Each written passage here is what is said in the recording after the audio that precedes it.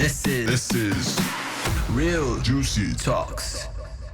Hi, I'm Darlene Blaze. And I'm Shiki Wan, and together we bring you Real Juicy Talk. Real Juicy Talks is a podcast channel that aims to connect viewers with relevant and juicy facts on interesting and unique individuals. And for today, we have a very special guest. He is a veteran, no stranger to the entertainment industry here. So he's an actor, a director, a producer, a writer, and you've definitely seen him on live theatre and your screens on Surya and Channel 5 for the past 40 years. So ladies and gentlemen, let's welcome Keatar Hm, also known as Abang Mo. Yay! Hi! Hey, everybody! hello. Hey, how are y'all? Good? Good, I'm good. How are you? How has the fasting month fine. been for you? I think this is the most, the best fasting month that I ever had. I think Wow. because no activities, besides watching movies, do some writing and reading, and I think it's a very calm kind of Ramadan. Okay. So like we understand that, you've been doing this for over 40 years, right? Correct, So yeah. what's your motivation behind staying in this entertainment industry for so long? Okay, actually, art is passion and passion. Okay, if you don't have passion, you cannot move on. But definitely, you must have patience because I teach speech and drama in school, and basically, when I meet children, all kind of ages, you see, we have all kind of children that will be given to you, and then not everybody have the same mindset.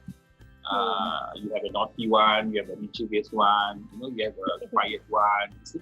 So on that particular period of maybe 2 hours, I have to handle every single character in one go. For instance, I had this activity on board ship, Genting Cruise, Dream Cruise at one time, whereby I have about 20 students from all around the world, from China who cannot speak English, from India. So it's very difficult for me to handle because you can see that language is for us to communicate.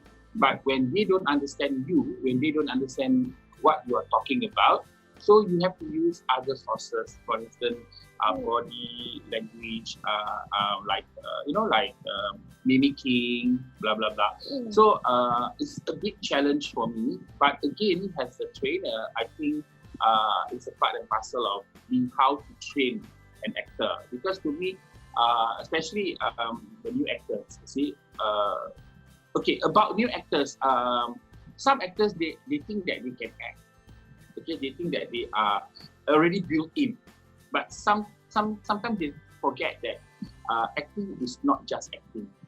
Acting is all about emotion, about characteristic, how you need to know who you are when you act. Okay, emotionally, physically, and technically. You see, but if you cannot combine this into one, you only might have only one, for instance, technical. So your acting become technical, become mechanical. It's like a robot. You see, but if you put in some emotion into it, and then why the character needs to cry, why the character needs to be angry, why the character needs to be psycho. So when you combine both, it will blend. You see, and at the same time, you must study the character properly. So that's why I always tell my actors, are you really put this according to the script written to you, or you have your own interpretation? You see, because to me, for the past years, I've seen a lot of actors come in and out.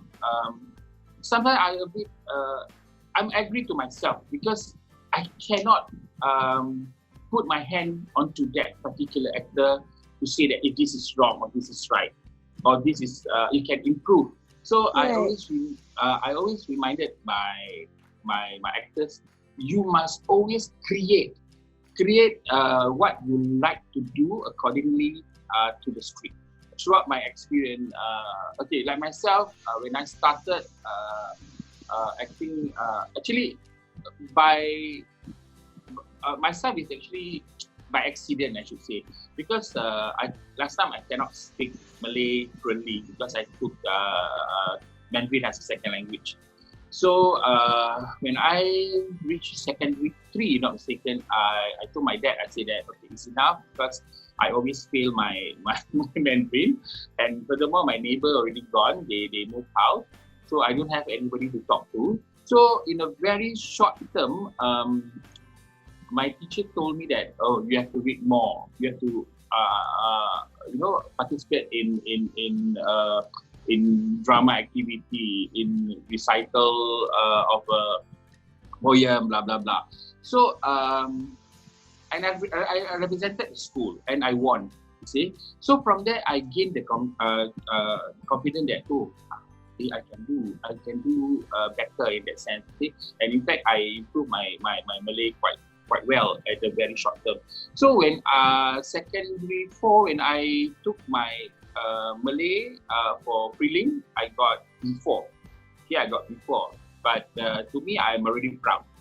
Okay, in the short term, I can get B4. So my teacher said, okay, you retake. So when I retake for the final year, I got A1. From there, I can say that this is how I climbed to be a better actor. You know, from nobody to somebody. Because actually, I started as a singer myself. So somehow when I started to act in television, on stage first, and then in television, then after that, I say that, wow, this is what I want to do. But again, I'm doing it not because of I want fame or I want to be known or because I love acting. Because to me, I want to put Malay language as number one, as a priority.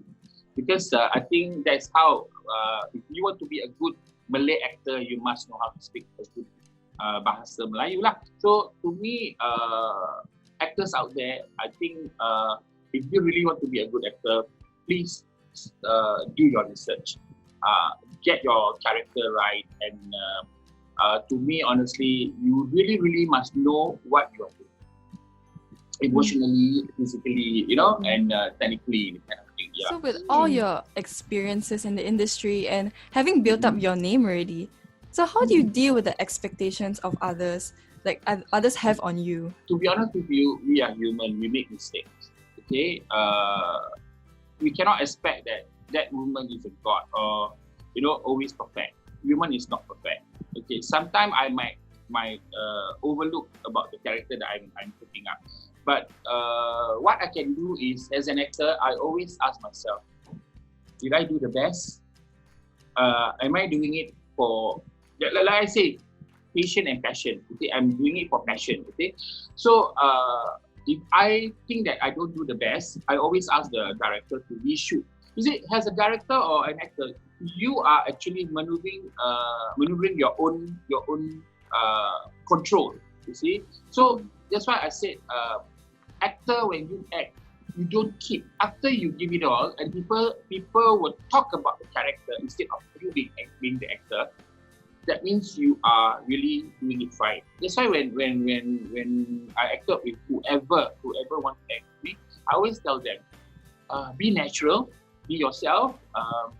Always remember that you are doing it because you are sincere doing it. Okay, not because you are doing it for somebody else, or you are doing it because of any other reason, for popularity or whatever. Okay, to be honest with you, don't get me wrong. I always learn from stupidity. When I say I learn from stupidity, means I learn from the mistake that people are doing, so that from that mistake, you will know that this is a mistake. So never do it again. But again, to me, it's not about what. It's how you make people happy with what you are doing. This is what the director out there have to really listen to what I'm going to say. Obviously, a lot of directors out there, they are given particularly a good actor or actress to be in their production. Some directors they always go to a very shortcut kind of process. They get a good one, they perform, and then that's it. You see? So to me, what is your achievement? You see, to me, in that sense, if that kind of director, if you have a good actor, actresses to perform in your production, first thing you need to do is you have to improve in terms of your own direction. So, you know, of your like projects, right? One of them was Mak Yoyo, Click and Club Prefect. So you work mostly with kids, yeah? So what is it like to work with kids? I'm really curious. Yeah. Yeah. Okay, what is like working with kids and why I want to work with kids? Okay, first, why I want to work with kids because kids is genuine. Okay, they are very sincere. They don't like you, they say they don't like you. Okay, Correct. They don't want to do it, they say they don't want to do it. They are very genuine. They never simpan, they never keep inside their hearts. After that they put a face. No. Okay, they are very transparent. Okay, how because how should I put it? I don't want to put it wrongly because like what I say, patience and passion. Okay, working with children, you have a lot of patience. Okay, because some children, they only have what they call it, their attention span is not that long. Okay, so you really have to tell them what exactly you want from them, and also you must also be like them when you direct. You see, you have to put yourself very low. Okay, so first of all, they need to know the environment. If the environment is very happy looking place, they will want to work. But if the environment, you come only, you shout at them, definitely they takut, they scared. They don't want to come again. Mommy, I want to go back. Okay? Or mommy, I don't want to do it. Because sometimes you must always remember that all these kids, sometimes their parents is the one who push from behind. Okay? You have to do it, or you must do it. Because sometimes at home, they already get tortured from their parents already. Oh, you must learn this life, you must learn. That's why sometimes I always tell the parents who are involved with my production, I always tell them, please do not coach them how to read the script or how to learn they only need to learn the line, but don't teach them the emotion, don't teach them the intonation or whatever they call it. But I say, come prepared with memorizing, that's it. So from there, I will always explain to them, okay, why must you say this way? Why you need to say this way? I always give them reason. Okay, I give them example. So in that sense, they will become more calm. They understand their role very well. Any advice you'd like to give to hopeful individuals who like to pursue a career like, as an actor or a director or writer in the entertainment industry? Okay, actually, I always like to ask them first, is this really the line that they want to be part of? Okay. Secondly, I will always ask them what they want to give to the industry. What can they give to the industry? Okay. If they think that they want sibuk only in the industry, I think they won't achieve a long-term success.